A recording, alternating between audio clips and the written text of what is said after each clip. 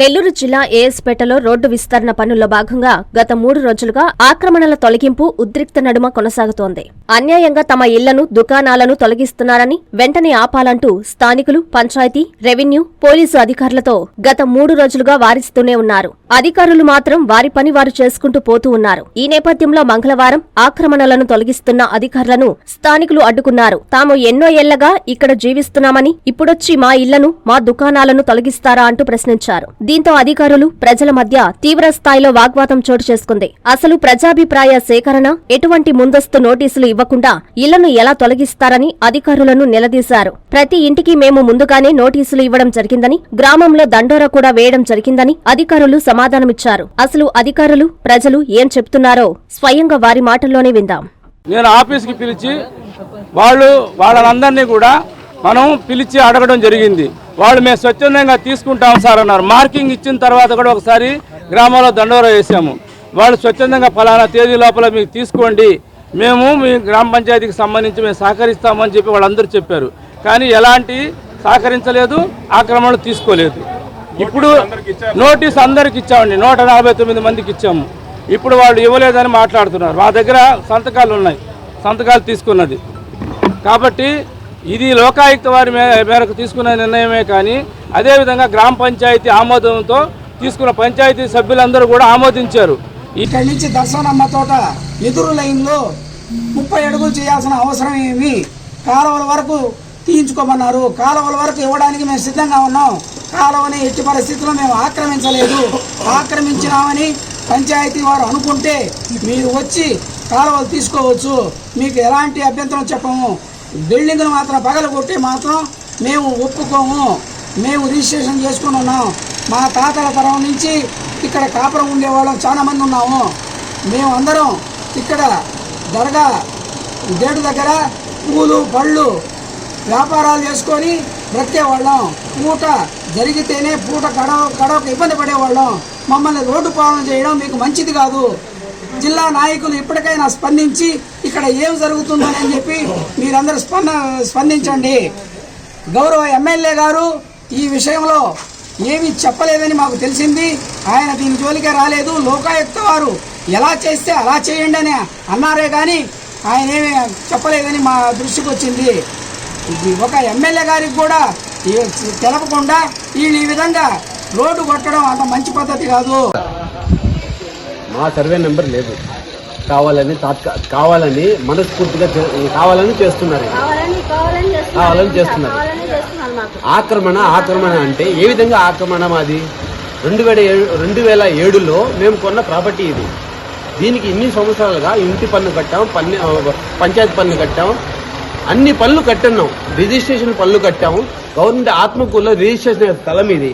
ఇది ఏ విధంగా ఆక్రమణ అవుతుంది? ఆయన వచ్చి మాకు ఏదైనా సలహా చెప్పి మా ఈ విధంగా జరుగుతుందని చెప్పి ఆయన మాకు ఏదైనా మాట్లాడితే తెలుస్తుంది. మా ఇంటికి అడిగి రాకుండా ఆయన పాటికి ఆయన పగలు కొడతానంటే ఏ విధంగా ఒప్పుకుంటాం మేము?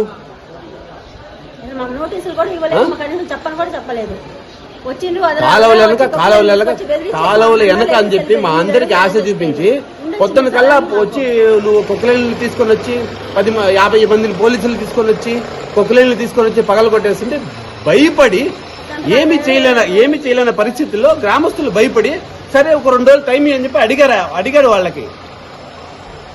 కాలువల వెనక అని చెప్తే వాగ్దానం ఇచ్చినాడు కార్యదర్శి మాకు.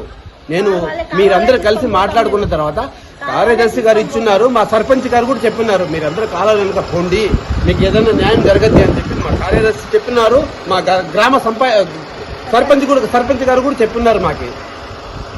ఈ రోజు ఈ విధంగా పగల కొడుతుంటే ఏ విధంగా పగల కొడతారు అని చెప్పి మేము అడుగుతున్నాం. అందరికీ నమస్కారం సార్. నేను ఏఎస్పేట నివాసి. నా పేరు అఖిల్ గణేష్. నా ఇల్లు దర్గా సెంటర్ ఎదురుగా, దర్గా మెయిన్ గేట్ ఎదురుగా దర్శనమ్మ తోట వెళ్లే దారిలో ఉంది. నా ఇంటి రిజిస్ట్రేషన్ కాగితాలు ఇవ్వండి, ఈ జెరాక్స్లు ఒరిజినల్ కూడా ఉన్నాయి. నేను 2007లో మా నాన్న స్థలం తీసుకుని ఇల్లు కట్టాడు సార్. ఇప్పుడు 2023లో సర్వే ఉంది, అది ఉందని చెప్పి కొత్త కాలువాలని చెప్పారు. ఇప్పుడు చూస్తేనేమో రోడ్డు ఆక్రమణ, పంచాయతీ స్థలాలు ఆక్రమించాలని చెప్పి వార్నింగ్ ఇచ్చేసి మాకు మొత్తం ఇల్లు పడగొట్టేదానికి 8 అడుగులు మార్జిన్ వేశారు. 1 కాదు 2 కాదు సార్, 8 అడుగులు. మాకు ఊటికి మా అంగడి కూడా పోయింది. మాకు ఉండేదానికి ఇల్లు లేదు, పని చేసుకునేదానికి అంగడి లేదు, ఏం లేకుండా మమ్మల్ని రోడ్డు మీదకి లాగేశారు సార్. పంచాయతీ ఏదో ప్రజల కోసం గవర్నమెంట్ ఉందా? గవర్నమెంట్ ప్రజల కోసం గవర్నమెంట్ ఉండాలి కానీ ఇప్పుడు చూస్తే గవర్నమెంట్ వాళ్ళే ప్రజల్ని ఆస్తి నష్టాలు చేసి రోడ్డు మీద లాగేస్తున్నారు. ఇక్కడ పంచాయతీ కార్యదర్శి నేను ప్రశ్నిస్తే నువ్వు ఎవరు రాని చెప్పి ఏలెత్తి మరీ చూపించాడు నన్ను. ఏదో నేను పరాయి వాడిని బయట వాడిని మాదిరిగా నాతో మాట్లాడుతున్నాడు.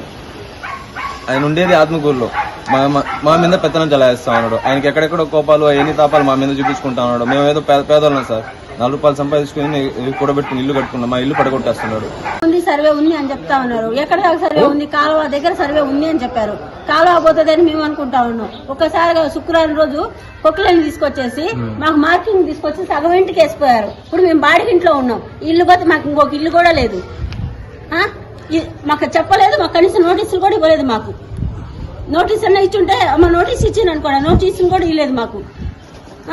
మేము రిజిస్ట్రేషన్ చేసుకున్న స్థలం ఇది పోతే మాకు వెనక ముందు ఏమి లేదు. ఇంకా అది మాకేదో ఒక న్యాయం చేయండి మాకు, అంతే. అంగడ చూస్తే అంగడ కూడా మొత్తం పగల కొట్టేశారు. ఆ బతుకు తెరువు కూడా లేదు మాకు. అది షుగర్ అంటే ఇంత ముందు పెట్టాలా, అదంటే ఇవన్నీ తెచ్చుకోవాలా. ఆరోగ్య స్థితులు బాగలేవు. ఒకడు ఎట్టెట్టో ఉంది వాడి ఇంట్లో. వారి భార్య బిడ్డలు ఏదో రోడ్డు మీద వీళ్ళు మంది మరి రోడ్డు మీద వేసి ఏం బతకాలి సార్? మేము ఎట్ట బతకాలి మీరు చెప్పండి సార్. ఏం చేయాలా మేము? మా బాధలు ఎవరితో చెప్పుకోవాలా? ఎమ్మెల్యే సార్ అయినా అయినాలా, వీళ్ళైనా అయినాలా? రాండి, చూడండి, మీకు అవసరం ఉంటే అట్లా మా ప్రాణం మీద తీసుకోండి. ఏమన్నా ఉంది సార్, మీరు చేసి ఇది న్యాయమా అన్యాయమా రెండూ ఇది చేయండి. మా మీద కన్సిడర్ చేయండి సార్.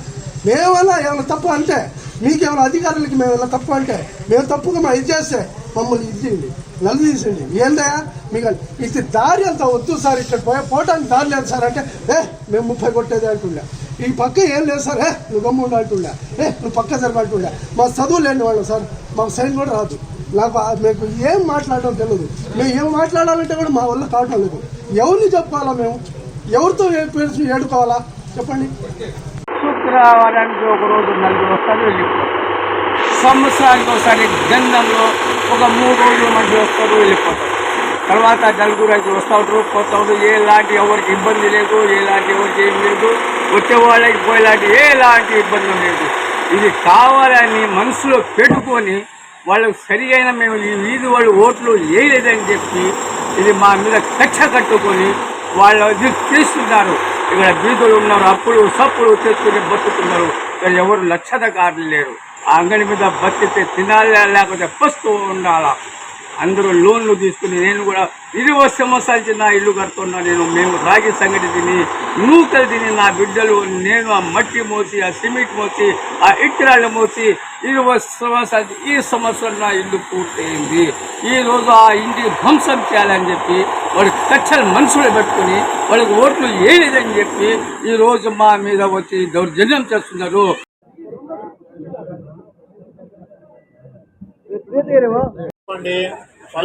పని లేని వాళ్ళు ఎవరైనా ఉంటే స్టేషన్ పదండి, మాట్లాడదాం. లోన్ కావాలన్నప్పుడు మాత్రమే తీసుకోకూడదు. 25 సంవత్సరాల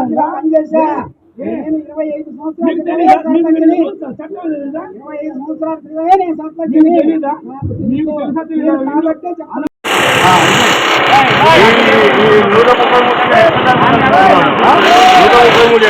ఎక్కడైనా ఉండదు దర్గా వీధిలో ఆక్రమణ రోడ్డు మటుకు తీయాల్సింది.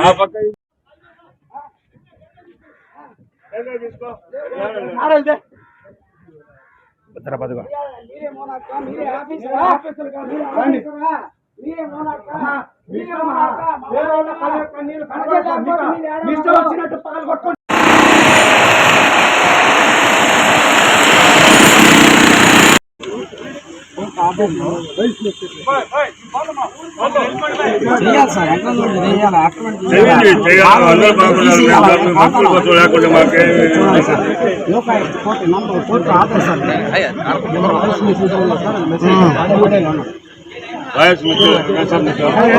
రెండో తూరి డిప్యూటీ మేడం వచ్చేస్తే ఆయన ఫోన్ స్విచ్ ఆఫ్ చేశాడు. డిపిఓ ఫోన్ చేసింది కదా నిన్న. నార్త్ సౌత్ ఉంది, ఈస్ట్ వెస్ట్ లేదు. కావాలా ఎంప్లాయ్మెంట్ కావాలా వచ్చి మాతో మాట్లాడండి.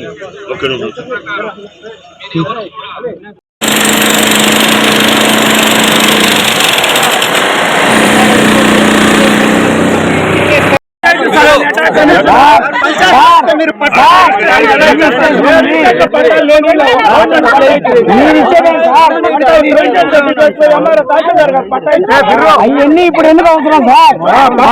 అవన్నీ అవసరం అంటే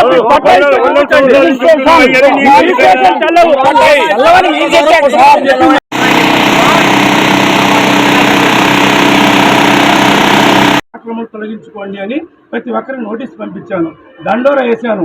తర్వాత వాళ్ళు తొలగించుకోకుండా ఆపారు. 2-3 సార్లు సచివాలయానికి వచ్చారు. అప్పుడు కూడా చెప్పాను, అయ్యా మీరు అందరూ స్వచ్ఛందంగా తీసుకోండి, మీరు తీసుకుంటే నేను కాలాల వరకు ఆ మాట ఈ రోజు చెప్తున్నాను, మీరు స్వచ్ఛందంగా మీరు తీసుకుంటే నేను ఆక్రమణ తొలగించుకుందని నేను రాను, మీరు కాలువలు అందరూ తీసుకోండి అంటే ఒక్కరు కూడా రాలేదు. ప్రమాణ పూర్తిగా చెప్తున్నాను, ఒక్కరు రాలేదు.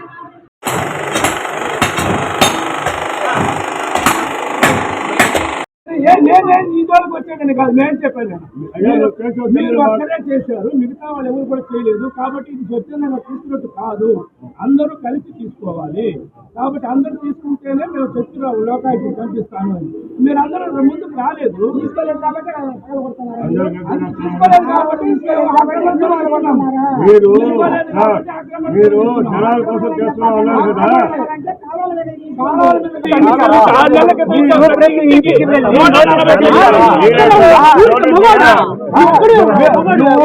మీరు ప్రతి ఇంటికి వెళ్ళి నోటీసులు అంటించారా? వాళ్ళకి చెప్పారా మీరు 30 అడుగులు పగలగొడుతున్నారు? మీరు ముందు ఏం చెప్పారు? ఏమన్నా వచ్చి మిమ్మల్ని అడగలా? వచ్చి మిమ్మల్ని అడగాలంటే ఏం చెప్పారు? చాలా బయటికి వెళ్ళండి అన్నారు.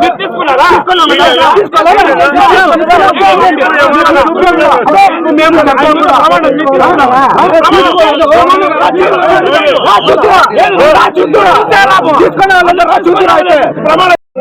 సరగా గేటు నుండి దర్శనమ్మ తోట వరకు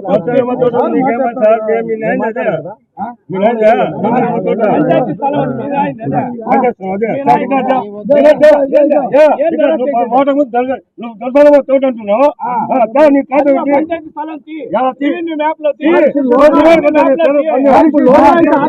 కేసులు 1-2 కాదు, తిరిగి తిరిగి తిరిగి తిరిగి మీరే ఊరికే ఉండవు.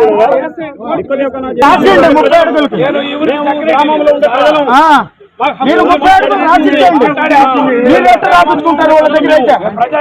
30 అడుగులు కాగితం ఉంది అంటున్నారు.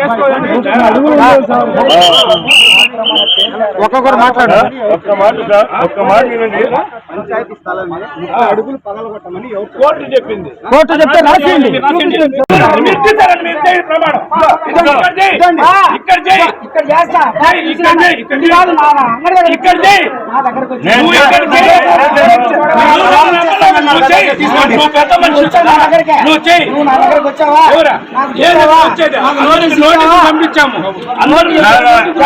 నోటీస్ ఇచ్చి ఈ రోజు వచ్చా 6 నెలల క్రితం నుంచి జరుగుతానే ఉంది. జనవరిలో నోటీస్ ఇచ్చి ఏమని ఇచ్చావు?